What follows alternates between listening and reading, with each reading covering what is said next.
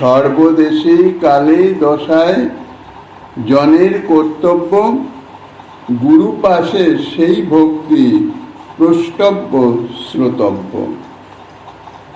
কলিযুগ পাবন অবতার পরম করুণাময় শ্রী শ্রী গৌরাঙ্গ সুন্দরের পরম অন্তরঙ্গ প্রিয় পার্শ্বদবর্য পূজ্যপাদ শ্রী কৃষ্ণদাস কবিরাজ গোস্বামী মহাশয় তাহার শ্রী শ্রী চৈতন্য চরিতামৃত নামক শ্রী গ্রন্থের মধ্য লীলার পঞ্চবিংশতি পরিচ্ছেদে শ্রীমন মহাপ্রভু কর্তৃক প্রকাশানন্দ সরস্বতীর নিকট ব্রহ্মসূত্রের ব্যাখ্যা স্বরূপ শ্রীমদ্ ভাগবতের যে প্রতিপাদ্য বিষয় সম্বন্ধ অভিধেয় প্রয়োজন সে সম্বন্ধে বর্ণনা করিতেছেন। সম্বন্ধ তত্ত্ব সম্বন্ধে বর্ণনা করে এখন অভিধেয় তত্ত্ব সম্বন্ধে সাধন ভক্তি হচ্ছে অভিধেয়।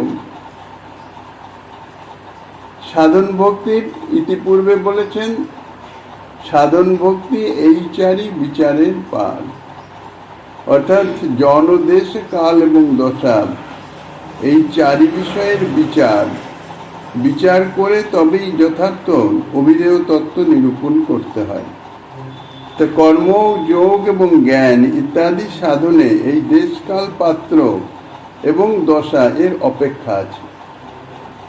সকল জীব তাহারা কর্মযোগাদির অধিকারী নহেন। যাহাদের অধিকার আছে তাহারাও সকল সময়ে বা সকল স্থানে বা সকল অবস্থায় এই কর্মজ্ঞান, যোগ ইত্যাদি সাধনের অনুষ্ঠান করতে পারে না। কেননা শাস্ত্রের অনেক বিধিনিষেধ আছে, যেমন কর্মমার্গ বা বর্ণাশ্রম ধর্ম, ইহা সকল জীব অনুষ্ঠান করতে পারে না। জীব মাত্রেই, অর্থাৎ পশু পক্ষী, কীট পতঙ্গ, স্থাবর জঙ্গম সমস্ত কিছু সকলেই এই বর্ণাশ্রম ধর্ম অর্থাৎ কর্মমার্গের সাধন অনুষ্ঠান করতে পারে না। শুধুমাত্র মানুষেরই কর্মমার্গ অর্থাৎ বর্ণাশ্রম ধর্ম পালনের অধিকার আছে। এবার মানুষের মধ্যে মানুষ করতে পারে, কিন্তু মানুষের মধ্যেও সকলে পারে না। যারা বর্ণাশ্রমের গণ্ডির মধ্যে আছে, সেই ব্রাহ্মণ, ক্ষত্রিয়, বৈশ্য এবং শূদ্র, এই যে চারি বর্ণ, তাহারাই বর্ণাশ্রমের অধিকারী অর্থাৎ স্বধর্ম আচরণের অধিকারী। তাও সকল কর্মের অনুষ্ঠান সকল বর্ণের মানুষ করতে পারে না।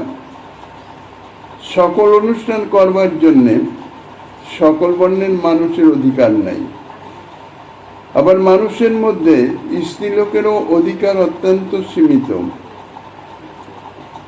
তাহলে দেখা যাচ্ছে কর্মমার্গ অর্থাৎ স্বধর্ম আচরণ, এই স্বধর্ম আচরণে পাত্রের অপেক্ষা আছে, অর্থাৎ জনের অপেক্ষা আছে।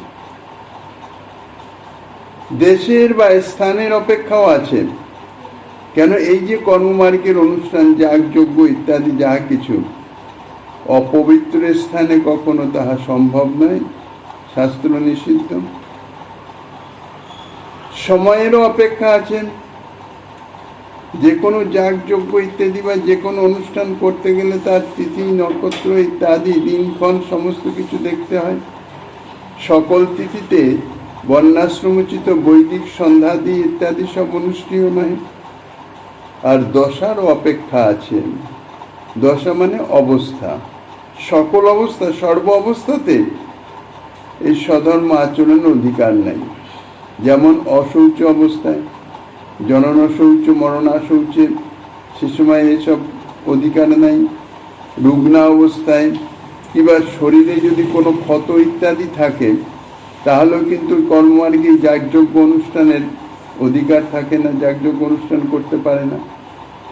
ঠিক সেই রকম যোগমার্গে বা জ্ঞানমার্গেও এই দেশ, কাল, পাত্র এবং অবস্থার অর্থাৎ দশার অপেক্ষা আছে। সকল জীব যোগমার্গ বা জ্ঞানমার্গের অধিকারীও নহে। কোনো কোনো জীবের জন্যে যোগমার্গ, জ্ঞানমার্গের শাস্ত্রে নিষিদ্ধও আছে। শাস্ত্র যাকে অধিকার দিয়েছেন তিনি যোগমার্গ জ্ঞানমার্গের সাধন করতে পারেন বটে, কিন্তু সকল স্থানে সকল অবস্থায় তাহা অনুষ্ঠান করতে পারেন না। শাস্ত্রের সে বিষয়েও নিষেধ আছে।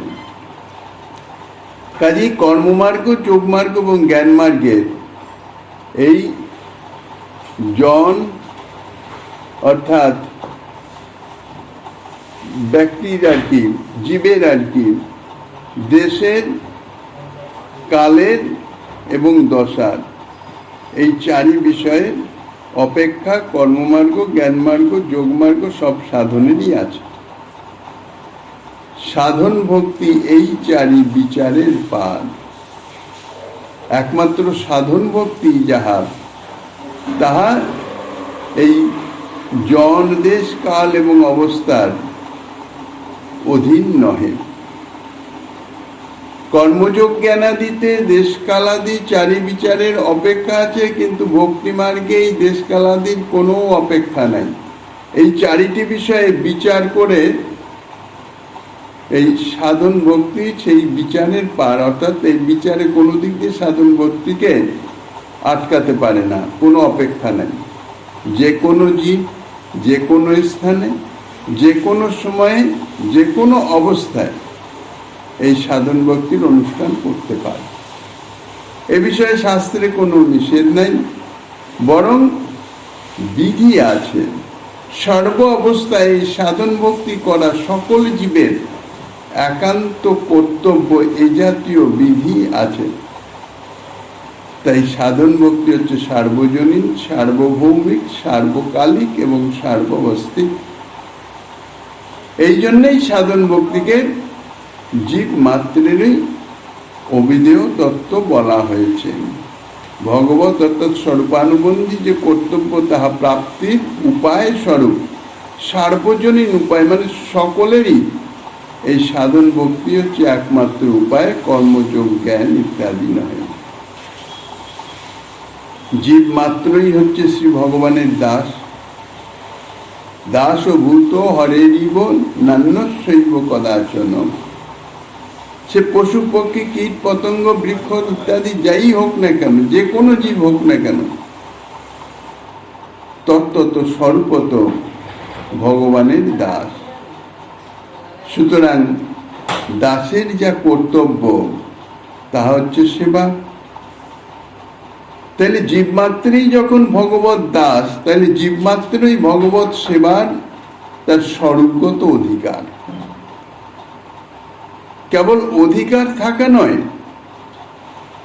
ভগবত সেবা হচ্ছে জীবমাত্রেরই একান্ত কর্তব্য। কেননা ইহা জীবের স্বরূপগত ধর্ম। স্বরূপগত ধর্ম অর্থাৎ ধর্ম জীবের একান্ত কর্তব্য বিষয়। আর স্বরূপগত ধর্ম যখন, ইহা আপেক্ষিক নয়, আগন্তুক কোনো ধর্ম নয়, ইহা স্বরূপগত ধর্ম, অনাদিকাল থেকে আছে, অনন্তকাল পর্যন্ত তাহা বিদ্যমান থাকবে। অর্থাৎ স্বরূপের সঙ্গে ইহার সম্বন্ধ, এই ধর্মের সম্বন্ধ দেহে ইন্দ্রিয়াদির সঙ্গে নয়। দেহে ইন্দ্রিয়াদি ইত্যাদি হচ্ছে আগন্তুক, জন্মসূত্রে তাহা প্রাপ্তি, আর মৃত্যুর মাধ্যমে তাহার ত্যাগ। কাজেই দেহে ইন্দ্রিয়াদি সর্বকাল সবসময় থাকে না, এই জন্য দেহে ইন্দ্রিয়াদির কর্তব্য নয়, স্বরূপগত ধর্ম। জীবের স্বরূপ অনুযায়ী কর্তব্য হচ্ছে ভগবত সেবা। অগ্নি নির্বাপকত্ব যেমন জলের স্বরূপগত ধর্ম, ভগবত সেবাও তদ্রূপ জীবের স্বরূপগত ধর্ম। কেননা এই যে স্বরূপগত ধর্ম পালন ব্যতীত তাহার যে স্বরূপের স্বরূপত্বই সিদ্ধ হয় না। স্বরূপত্ব অর্থাৎ কৃষ্ণ দাসত্বই সিদ্ধ হবে না যদি সে ভগবত সেবা না করে। সুতরাং জীবের জীবত্বই সিদ্ধ হবে না। কর্মবৈগুণ্যে অর্থাৎ কর্মের ফলে জীব মায়ার অধীন হয়ে পড়েছে, মায়াবদ্ধ হয়ে পড়েছে। মায়ার প্রভাবে তার স্বরূপের স্মৃতি বিস্মৃতি হয়ে গেছে। এই যে কৃষ্ণ দাসত্ব, ইহা তাহার স্বরূপগত ধর্ম হলেও সেই দাসত্বটি অর্থাৎ কৃষ্ণ দাসত্ব, এই ভাবটি প্রচ্ছন্ন হয়ে আছে, আবরিত হয়ে আছে। এই যে প্রচ্ছন্ন কৃষ্ণ দাসত্ব, এটি আবরিত থাকলেও, প্রচ্ছন্ন থাকলেও, এই দাসত্ব বিকাশের অধিকার সকল জীবের সমানভাবে বিদ্যমান। সকলেরই অধিকার আছে এই কৃষ্ণ দাসত্ব প্রকাশ করবার, অর্থাৎ বিকাশ করবার, কৃষ্ণ দাসে অধিষ্ঠিত হওয়ার। কারণ স্বরূপত কৃষ্ণ দাস রূপে সকলেই সমান, এখানে কোনো ভেদ নাই। জীব মাত্রেই কৃষ্ণ দাস, আর কৃষ্ণ দাস মানে সকলেই সমান। এই যে স্বরূপ বিকাশের নিমিত্ত, জীবের কৃষ্ণ দাসত্বের যে জ্ঞান স্ফুরণের নিমিত্ত, যাহা সে অনাদিকাল থেকে বিস্মৃত হয়ে আছে, অজ্ঞানের অন্ধকারে যাহা ডুবে আছে, সেই জ্ঞান প্রকাশের জন্যে, অর্থাৎ কৃষ্ণ দাসত্ব স্বরূপের স্মৃতি জাগরণের জন্যে, সেই বোধ প্রকাশিত হওয়ার জন্যে যেটি করা দরকার, সেইটি বিষয়ে সকল জীবের সমান অধিকার বিদ্যমান আছে। কারণ সকল জীব কৃষ্ণদাস। আর যে সাধনে জীবমাত্রেরই সমান অধিকার নাই, তাহাতে তো তাহা জীবের অভিধেয় তত্ত্ব হতে পারে না। একমাত্র তত্ত্ব হওয়া চাই, অভিধেয় তত্ত্ব এমন একটি বস্তু হওয়া চাই যেটিতে সকলেরই অধিকার, সকলেই যাহা করতে পারে। যে সাধন সার্বজনীন, সকল অবস্থায় সকলে করতে সক্ষম বা অধিকারী, তাহাই জীবের অভিধেয়। আবার জীব যে কোনো সময়ে, যে কোনো স্থানে, যে কোনো অবস্থায় থাকতে পারে। সকল জীব সর্বদা সর্বদা একইভাবে যে অবস্থান করবে তা নয়, এবং সেটি বিদ্যমান আছেই। মনুষ্য মনুষ্যের মতন আছে, পশু পক্ষী সব ভিন্ন ভিন্ন ভাবে ভিন্ন ভিন্ন অবস্থায় আছে। কাজেই জীবমাত্রেরই যখন ভগবৎ ভজন একান্ত কর্তব্য, স্বরূপানুবন্ধী কর্তব্য, অর্থাৎ নিজস্ব কর্তব্য, তখন যে সাধন পন্থায় দেশ কাল অবস্থার বিচার আছে, তাহা জীবের সার্বজনীন ভজন পন্থা হতে পারে না। সকল জীবের জন্যে তাহা গৃহীত হতে পারে না। সুতরাং তাহা জীবের সার্বজনীন অভিধেয় হতে পারে না। আবার সময়ের যত রকম অবস্থা আছে, নানা মাস আছে, নানা ঋতু আছে, নানা তিথি আছে, শুদ্ধ সময় মানে শুদ্ধ কাল, অশুদ্ধ কাল আছে, ইত্যাদি যত রকমের সময়ের অবস্থা আছে, তাহাদের প্রত্যেক অবস্থার ভিতর দিয়েই জীবকে যেতে হয়। নানান রকম ঋতু, তিথি ইত্যাদির তো মধ্যে সদা সর্বদা যাবে, এটা তো সার্বজনীন ভাবে চলছে। শুদ্ধকাল, অশুদ্ধকাল বা নিজের যে শারীরিক অবস্থার যে বিভিন্নতা, এগুলি সকল জীবেরই ভোগ করতে হয়। কাজে এমতো অবস্থায় ভগবানের নিত্য দাস জীবের পক্ষে যখন ভগবৎ ভজনের নিত্যত্ব, অর্থাৎ ভগবৎ ভজন একান্ত কর্তব্য, এই ভগবৎ ভজনের অধিকার তার অনাদিকাল থেকেই আছে, অর্থাৎ নিত্য বিদ্যমান। এখন জ্ঞান প্রাপ্ত হয়ে এখন আমায় ভগবৎ ভজনের অধিকারী, অর্থাৎ এখন আমি ভগবৎ ভজন করতে পারি, এই জাতীয় কিছু নয়। বিস্মৃত অবস্থায়ও আমার ভগবৎ ভজনের অধিকার ছিল, আর স্মৃতি ফিরে আসলেও ভগবৎ ভজনের অধিকার থাকবে। অর্থাৎ ভগবৎ ভজনের যে অধিকার, তাহার যে নিত্যত্ব, নিত্য যাহা বিদ্যমান আছে, ইহা শাস্ত্রে বর্ণিত আছে। তাহলে সময়ের সকল অবস্থাতেই তার ভজন করা কর্তব্য। তিথি নক্ষত্রাদির অপেক্ষা রাখলে তার চলবে না, তাকে ভগবৎ ভজন করতে হবে, নিত্য নিয়মিত করতে হবে। সুতরাং যে সাধন পন্থায় সময়ের অপেক্ষা আছে, তাহাও জীবের সাধারণ সার্বজনীন ভজন পন্থা হতে পারে না। সাধন ভক্তিতে সময়ের অপেক্ষা নাই, যে কোনো সময়ে খাইতে শুইতে যথা তথা নাম লয়, দেশ কাল নিয়ম নাহি সর্বসিদ্ধি হয়। শাস্ত্রে বর্ণিত আছে সর্ব অবস্থায় সে এই সাধন ভক্তি সে অনুষ্ঠান করতে পারে। তাহলে এই সমস্ত আলোচনার মাধ্যম দিয়ে ইহাই সিদ্ধান্তে আসা যায় যে অন্যান্য যত রকমের সাধন আছে, কর্মযোগ, জ্ঞান ইত্যাদি, তাহাতে দেশকাল পাত্র দশার অপেক্ষা আছে বলে তাহা সকল জীবের সকল সময়ে সকল অবস্থায় অভিধেয় হতে পারে না, কর্তব্য হতে পারে না। স্বরূপানুবন্ধী কর্তব্য বা স্বরূপানুবন্ধী যে সেবা, তাহা প্রাপ্তির উপায় হতে পারে না।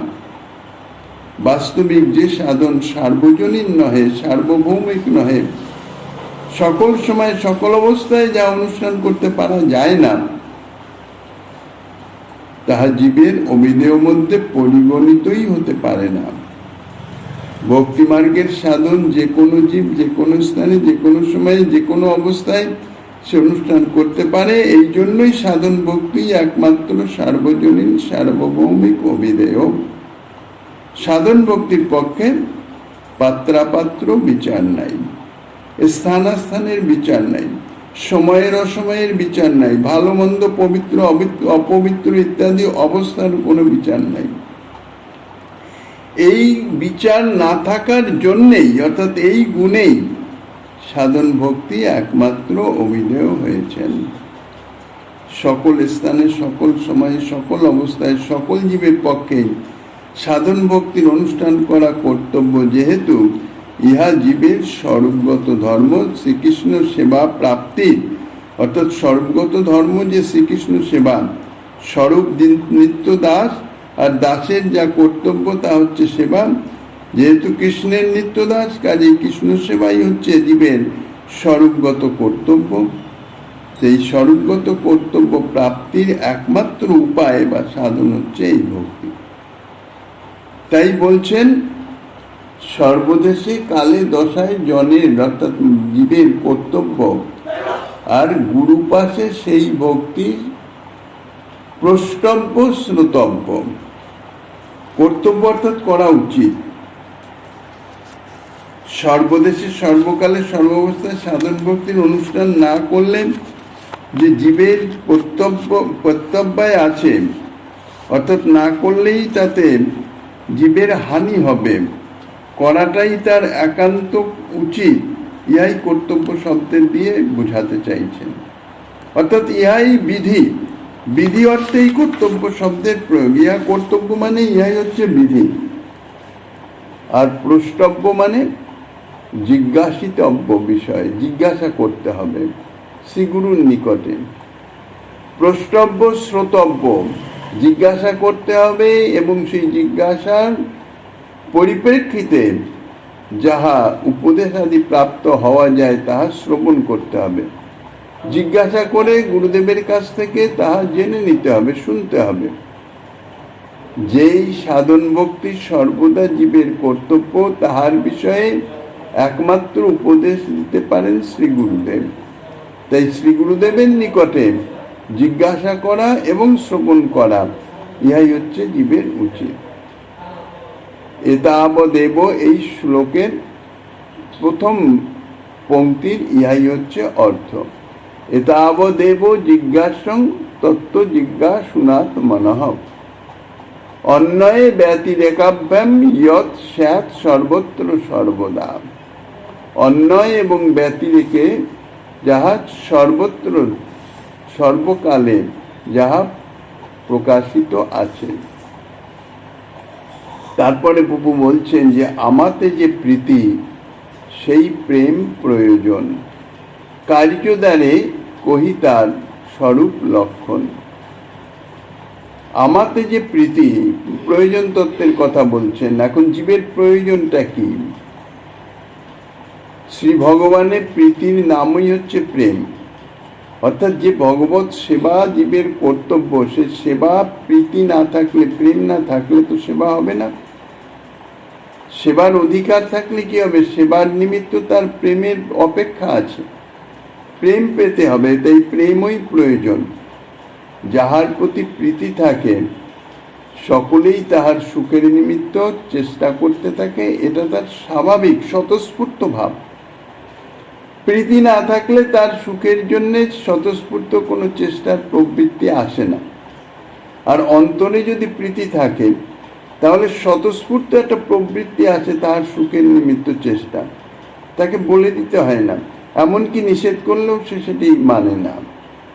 এই যে সুখের চেষ্টা দ্বারাই প্রীতি বা প্রেমকে বোঝা যায়। এই জন্যই বলা হয়েছে কৃষ্ণেন্দ্রীয় প্রীতি ইচ্ছা ধরে প্রেম নাম।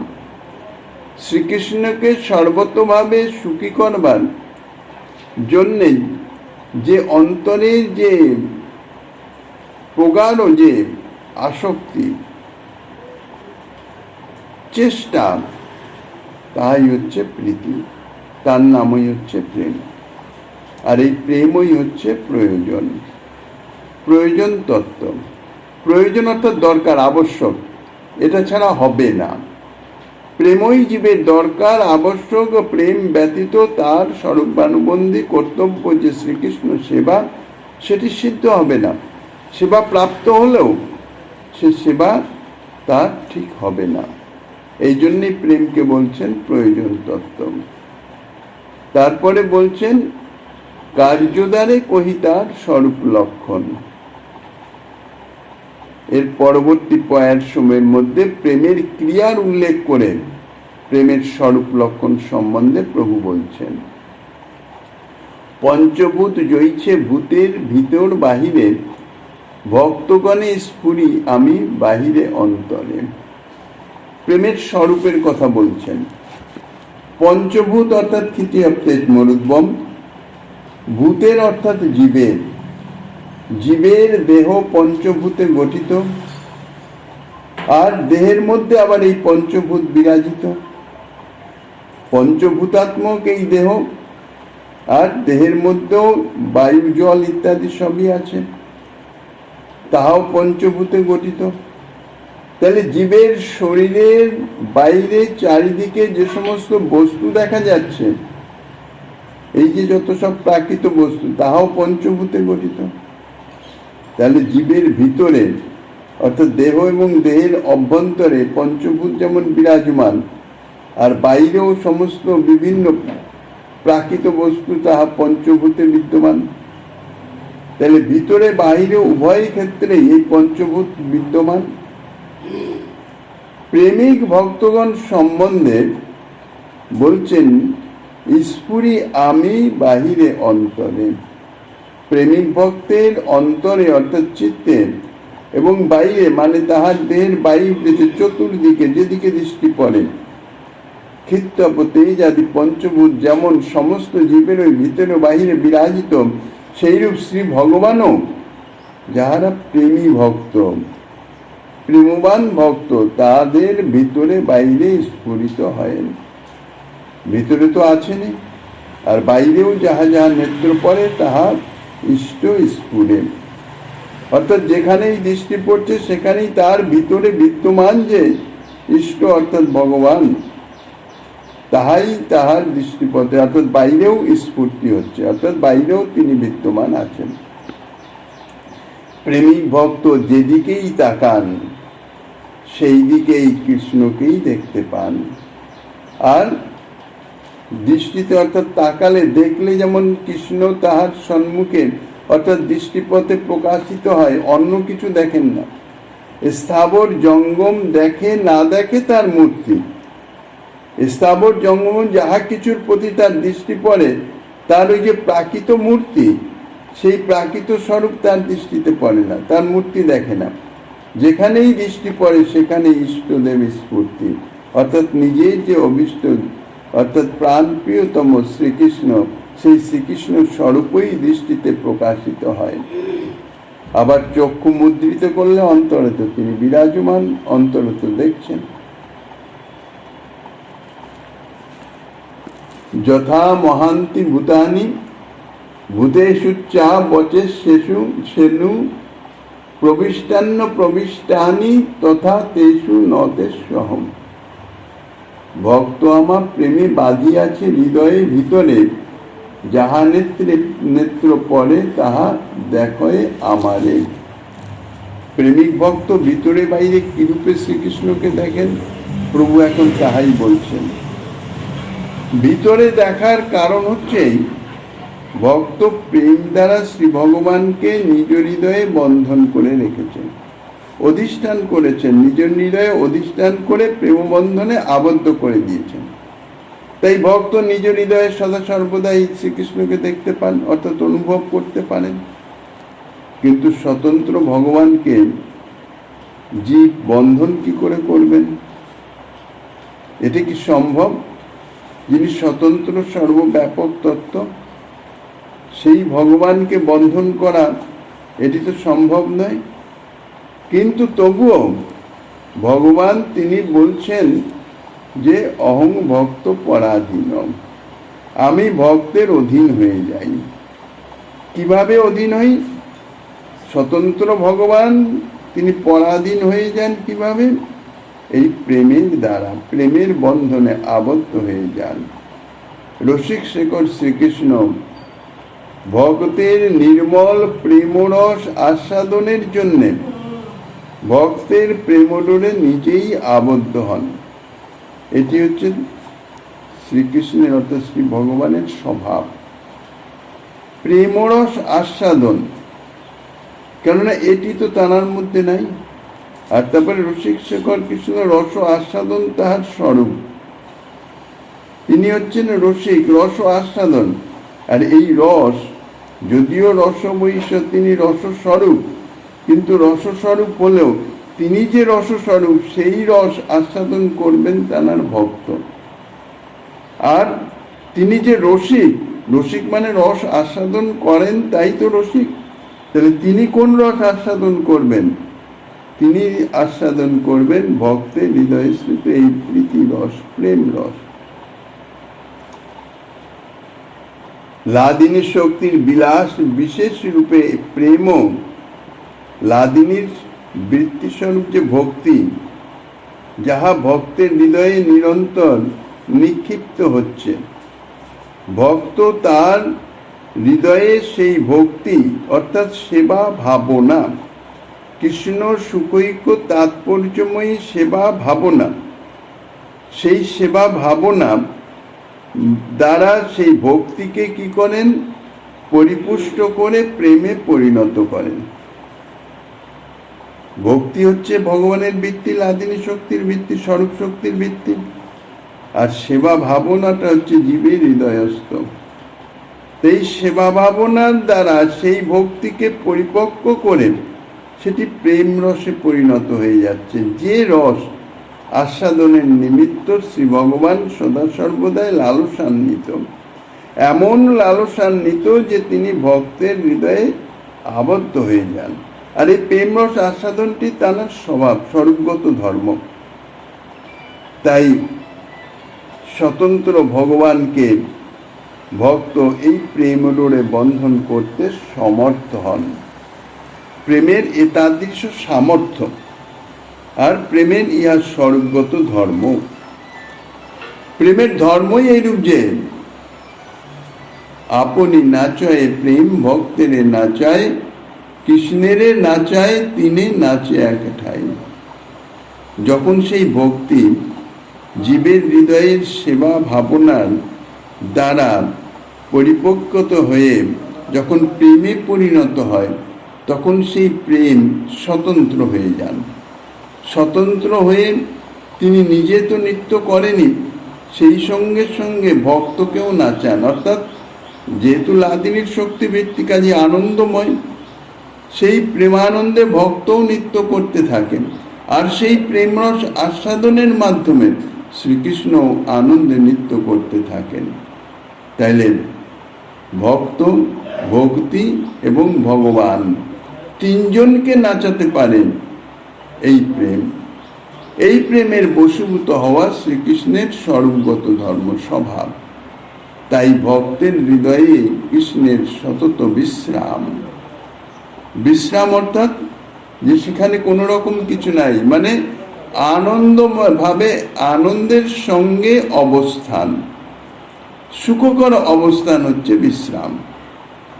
তাহলে শ্রী ভগবানের অর্থাৎ কৃষ্ণের সুখকর অবস্থান একমাত্র ভক্তের হৃদয়ে। এই জন্যেই ভক্তের হৃদয়ে তার সতত বিশ্রাম, সদা সর্বদাই তিনি ভক্তের হৃদয়ে এই সুখকর অর্থাৎ সুখে তিনি অবস্থান করেন।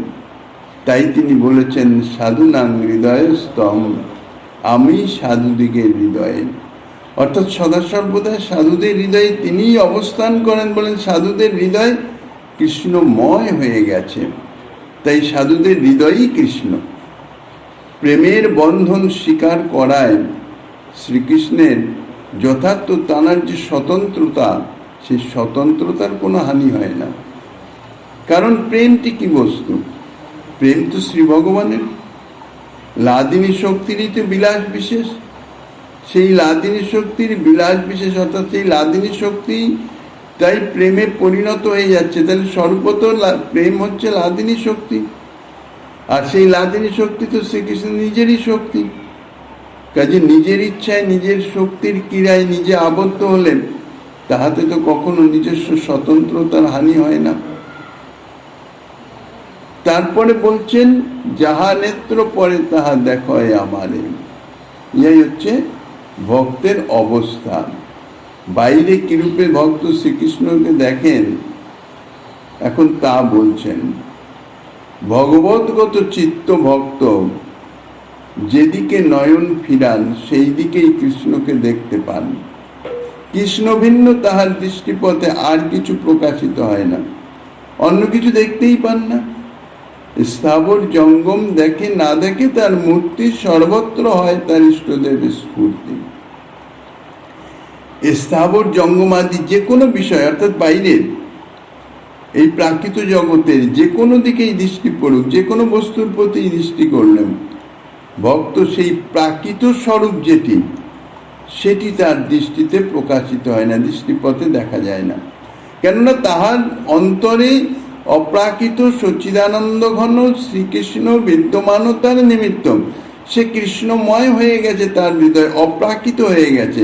সেই অপ্রাকৃত বস্তুর অর্থাৎ অপ্রাকৃততে কোনো প্রাকৃতের প্রকাশ কখনো হয় না, সেই অপ্রাকৃতই বাইরে প্রকাশিত হয়ে যায়। তাই সর্বত্র নিজের ইষ্ট শ্রীকৃষ্ণকেই দেখতে পান, ভিতরে বাইরে সর্বত্রই সেই শ্রীকৃষ্ণ অর্থাৎ অপ্রাকৃত সচ্চিদানন্দ ঘন বিগ্রহ। কেননা তার হৃদয়টি কৃষ্ণময় হয়ে গেছে। ইহা কিরূপে সম্ভব হয়? বলছেন ইন্দ্রিয়ের অস্তিত্ব এবং ইন্দ্রিয়গ্রাহ্য বস্তুতে তত্ত্ব ইন্দ্রিয়ের বিনিয়োগই হচ্ছে বস্তুর স্বরূপ উপলব্ধির একমাত্র কারণ, কিন্তু সেটি যথার্থ নয়। ইন্দ্রিয়গ্রাহ্য বস্তুতে অর্থাৎ ইন্দ্রিয়ের মাধ্যমে অর্থাৎ দৃষ্টির মাধ্যমে যে বস্তু আমি দেখব, সেই বস্তুর প্রতি দৃষ্টিশক্তি প্রয়োগ করা অর্থাৎ চক্ষুর সম্মুখে যে বস্তুটি উপস্থিত হবে চক্ষুর মাধ্যমে তাহা দর্শন হবে, এটি হচ্ছে সাধারণ নিয়ম। কিন্তু এটি সাধারণ নিয়ম হলেও এটি সর্বকালীন নয়, কিছু অপেক্ষা আছে। কিরকম অপেক্ষা? মনের সঙ্গে সংযোগ থাকা চাই। অর্থাৎ যে ইন্দ্রিয়ের বিষয়ের মাধ্যমে যাহা কিছু প্রকাশিত হয়, যে ইন্দ্রিয়ের যে কার্য, সেই কার্য সে করছে, কিন্তু সে কার্যটি সার্থক হবে তখনই যদি তার সঙ্গে মনের সংযোগ থাকে। মনের সংযোগ না থাকলে আমি চেয়ে থাকলেও সম্মুখে কি আছে কিছুই আমি দেখতে পাবো না। অর্থাৎ মনের মাধ্যমেই তার যে শক্তি সেটি ক্রিয়া করে, কিন্তু যদি মনের সংযোগ না থাকে তাহলে সে শক্তি ক্রিয়া করবে না। চক্ষু থাকতে পারে, সম্মুখস্থ সুন্দর গোলাপ পুষ্পটি থাকতে পারে, আর সেই গোলাপ পুষ্প দিকে তার চক্ষুর দৃষ্টিটাও থাকতে পারে, কিন্তু যদি এর মধ্যে মনের সংযোগ না থাকে, মন যদি অন্যত্র থাকে, কোনো গভীর অভিনিবেশে অন্য ভাবনায় যদি মনটি থাকে, তাহলে সম্মুখস্থ সেই গোলাপটি তার দৃষ্টিপথে পতিতই হবে না, তো দেখতেই পারবে না। কৃষ্ণ ভক্তের চিত্ত ঠিক তাই, সদা সর্বদাই সর্বতভাবে শ্রীকৃষ্ণেই নিবিষ্ট। ভক্তের মন কৃষ্ণ ব্যতীত অন্য কিছু জানে না। মদন্যত্বে ন জানন্তি, শ্রীমদ্ ভাগবতে বলেছেন, আমি ভিন্ন অন্য কিছু জানে না। তার মনে সদা সর্বদা আমি বিরাজমান। তাই স্থাবর জঙ্গমের প্রতি দৃষ্টি করলেও দৃষ্টবস্তুর প্রতি তার মনোযোগ না থাকায় তাহার স্থাবর জঙ্গমের স্বরূপটি তার দৃষ্টিপথে প্রকাশিত হয় না, স্বরূপ দেখতে পায় না। প্রিয় বস্তুর প্রতি মনের সম্যক অভিনিবেশ থাকলে তাহার অসাক্ষাতেও সময় সময় আমাদের চক্ষুর সামনে যেন সেই রূপটি প্রকাশিত হয়ে ওঠে, যেন তার একটা আভাস যেন চলে ফিরে বেড়াচ্ছে মনে হয়। তার কণ্ঠস্বর যেন হঠাৎ হঠাৎ কানে এসে আসছে, কানে বাজছে। এসব অন্য কিছু নয়, গাঢ় অভিনিবেশের ফল, গাঢ় চিন্তার ফল। এখন আমাদের চিন্তনীয় প্রিয় বস্তুটি যদি সর্বশক্তিমান হয়, স্বয়ং ভগবান শ্রীকৃষ্ণ হয়, এবং আমাদিগকেও প্রীতি করার নিমিত্ত যদি তিনি উৎকণ্ঠিত হন, তাহলে যখনই আমরা তাহাকে দেখবার নিমিত্ত উৎকণ্ঠিত হব, তখনই স্বরূপে এসে আমাদের চক্ষুর সামনে এসে উপস্থিত হবেন। কিন্তু এটি তো কোনো প্রাকৃত বস্তুতে সম্ভব নয়। যত প্রাকৃত বস্তু আমার যতই প্রিয় হোক না কেন, এই গুণটি, এই শক্তিটি প্রাকৃত বস্তুতে নাই। প্রাকৃত যত প্রিয় বস্তুই হোক, তাহা অসম্ভব। ভক্তের প্রিয়তম বস্তু শ্রীকৃষ্ণ। তিনি সর্বজ্ঞ, সর্বশক্তিমান, শুধু তাই নন, তিনি সর্বজ্ঞ, সর্বব্যাপক। আর সেই সঙ্গে সঙ্গে তার যে বিশেষ গুণ, তিনি ভক্ত বৎসল। তিনি যে কোনো সময় যে কোনো স্থানে ভক্তের ভাবনার মাধ্যমে ভক্তের সম্মুখে প্রকাশিত হতে পারেন। তার দৃষ্টান্ত দাক্ষিণাত্য ভ্রমণের প্রথম অবস্থায় কুর্মদেশ থেকে যখন রওনা হয়েছেন, বাসুদেব যে গলুত কুষ্ঠ ব্যাধি সম্পন্ন, রাত্রেই সংবাদ পেয়েছে বাসুদেব মহাপ্রভুর শুভাগমনের কথা। বাসুদেব তো ভক্ত, দর্শনের নিমিত্ত উৎকণ্ঠা জেগেছে, কিন্তু তিনি তো রাত্রে এসে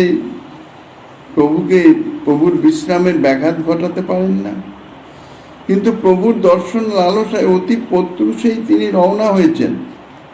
যেখানে প্রভু অবস্থান করছেন সেখান থেকে অনেকটা দূরে তার অবস্থান, তাই আসতে একটু বিলম্বই হয়েছে। প্রভু তো অতি প্রত্যুষেই রওনা হয়ে গেছেন। বাসুদেব এসে যখন সংবাদটা শুনলেন, বাসুদেবের অন্তর তো কৃষ্ণময় হয়ে আছে।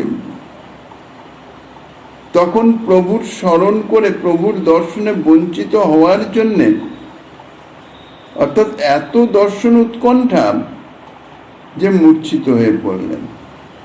আর ভক্তের সেই উৎকণ্ঠা পূরণের নিমিত্ত ভক্তবৎসল ভগবান শ্রী গৌরাঙ্গ সুন্দর তৎক্ষণাৎ সেখানে প্রকট হয়ে গেলেন।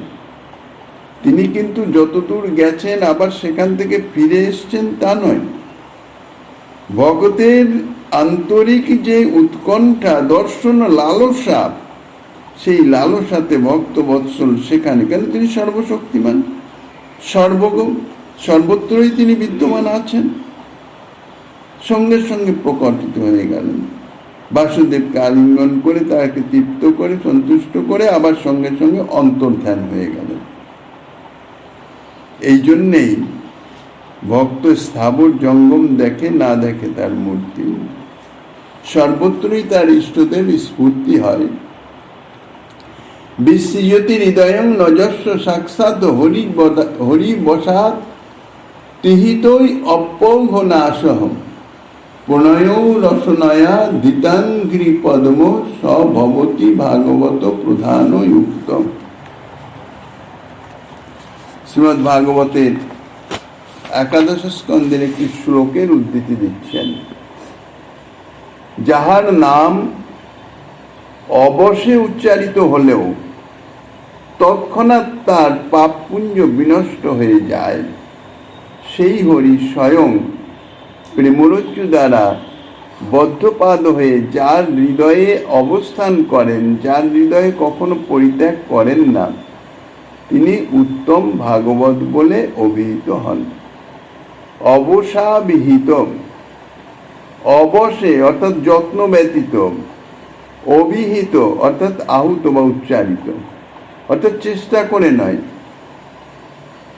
আপনা আপনি যত্নপূর্বক যারা আদরের সঙ্গে শ্রী ভগবানের নাম উচ্চারণ করেন তাদের কথা তো দূরে, কোনো যত্ন ব্যতীত অবশ্যই এমনকি হেলায় শ্রদ্ধায় যেভাবেই হোক যদি কাল সেই শ্রী ভগবানের নাম উচ্চারিত হয়, তাহলে সেই নাম উচ্চারিত হওয়ার ফলে অঘৌঘ নাশ অর্থাৎ পাপ সমূহের সমস্ত পাপের নাশ হয়ে যায়। সেই ভগবত নাম অবশ্যই উচ্চারণ অর্থাৎ কোন রকম যত্ন, কোন রকম সেদিকে দৃষ্টি নয়, যদি সমস্ত পাপ তার নাশ হয়ে যায়, অবশ্যই যার নাম উচ্চারিত হলে এই সমস্ত পাপরাশি বিনষ্ট হয়ে যায়। এতাদৃশ যার গুণ, যে নামের গুণ, এমন যে পরম পাবন শ্রী হরি, তিনি স্বয়ং যার হৃদয়ে প্রণয় রসনয়া অর্থাৎ প্রণয় রূপ যে রসনা অর্থাৎ রজ্জু, তার দ্বারা ধৃতাঙ্ঘ্রি পদ্ম অর্থাৎ প্রেমরজ্জু দ্বারা জানার চরণ আবদ্ধ হয়ে আছে, চরণরূপ পদ্ম যার সেই চরণ ধৃত অর্থাৎ বদ্ধ হয়ে আছে, আবদ্ধ হয়ে আছে, বন্ধনে আবদ্ধ, বদ্ধ চরণ কমল অর্থাৎ যে ভক্ত এই প্রেমরজ্জু দ্বারা তাহাকে হৃদয়ে আবদ্ধ করে নিয়েছেন, প্রেমে বশীভূত হয়ে শ্রীহরি সর্বদা যার হৃদয়ে অবস্থান করেন, সুতরাং যাহার হৃদয়ে তিনি কখনো ত্যাগ করেন না, ন বিসৃজতি, কখনো তিনি ত্যাগ করেন না, ত্যাগ করতে পারেন না, ত্যাগ করতে চানও না, তিনি হচ্ছেন ভাগবত প্রধান। ভাগবত অর্থাৎ ভক্তদিগের মধ্যে শ্রেষ্ঠ ভক্ত, অর্থাৎ প্রেমরজ্জু দ্বারা শ্রী ভগবানকে যিনি হৃদয়ে আবদ্ধ করে রেখেছেন, তিনি হচ্ছেন শ্রেষ্ঠ ভক্ত, ভক্তোত্তম ভক্ত। যে প্রেমরজ্জু দ্বারা ভগবানকে নিজের হৃদয়ে আবদ্ধ করে রাখতে পারেন, সক্ষম, এই শ্লোকের মাধ্যমে তাহাই প্রমাণিত হইতেছে। গায়ন্ত উচ্চৈরমেব সংহতা বিচিক্রুন্মত্তক বদ্ধ না বদ্ধম প্রপচ্ছুরাকাশ বদনন্তরং বহির্ভূতেষু সন্তং পুরুষং বনস্পতি। শারদীয় মহারাস উপলক্ষে গোপীগণকে পরিত্যাগ করে শ্রীকৃষ্ণ যখন রাষ্ট্রমণ্ডলী ত্যাগ করে চলে যান, তাহার বিরহ বিহ্বলায় গোপীগণ সমবেত হয়ে উচ্চস্বরে গান করতে থাকেন। কি গান? শ্রীকৃষ্ণের গুণ। শ্রীকৃষ্ণের গুণগান করতে করতে বন থেকে বনান্তরে গমনপূর্বক উন্মত্তের ন্যায় শ্রীকৃষ্ণকে অন্বেষণ করতে লাগলেন। আকাশের ন্যায় চরাচর সর্বভূতের অন্তরে ও বাহিরে বর্তমান সেই পূর্ণব্রহ্ম শ্রীকৃষ্ণের বার্তা অর্থাৎ সংবাদ সমস্ত বৃক্ষ লতা ইত্যাদির নিকট জিজ্ঞাসা করতে লাগলেন। শ্রীকৃষ্ণ যে সর্বভূতের অন্তরে বাহিরে বিদ্যমান, তার প্রমাণ স্বরূপ হচ্ছে এই শ্লোক। অতএব ভাগবতে এই তিন কয় সম্বন্ধ অবিধেয় প্রয়োজনময়। শ্রীমদ্ ভাগবতের যে মূল প্রতিপাদ্য বিষয় ভিত্তিস্বরূপ বীজ স্বরূপ চতুশ্লোকীতে, অর্থাৎ এই যে ভগবত কর্তৃক বর্ণিত ব্রহ্মাণ্ডিক উপদেশের মাধ্যমে বর্ণিত এই 4টি শ্লোকের সম্বন্ধ, অভিধেয় এবং প্রয়োজন তত্ত্বের বিষয়ে বর্ণনা করা হয়েছে। চতুশ্লোকীর বিবৃত স্বরূপ শ্রীমদ্ ভাগবতেও, অর্থাৎ চতুশ্লোকীকেই তো ব্যাখ্যা রূপে প্রকাশ করেছেন, বিস্তৃত করেছেন ব্যাসদেব। সেই বিস্তৃত স্বরূপেও এই 3টি বিষয়ে আলোচিত হয়েছে, অন্য কোনো বিষয় নাই। শ্রী ভাগবত সম্বন্ধে অভিধেয় এবং প্রয়োজনময়। ভাগবতের যে কোনো স্থানে সম্বন্ধ তত্ত্ব, কোনো স্থানে প্রয়োজন তত্ত্ব, কোনো স্থানে অভিধেয় তত্ত্ব আলোচিত হয়েছে। শ্রীমদ্ ভাগবতের কয়েকটি শ্লোকের উদ্ধৃতি দিয়ে তাহা প্রভু প্রমাণ করিতেছেন।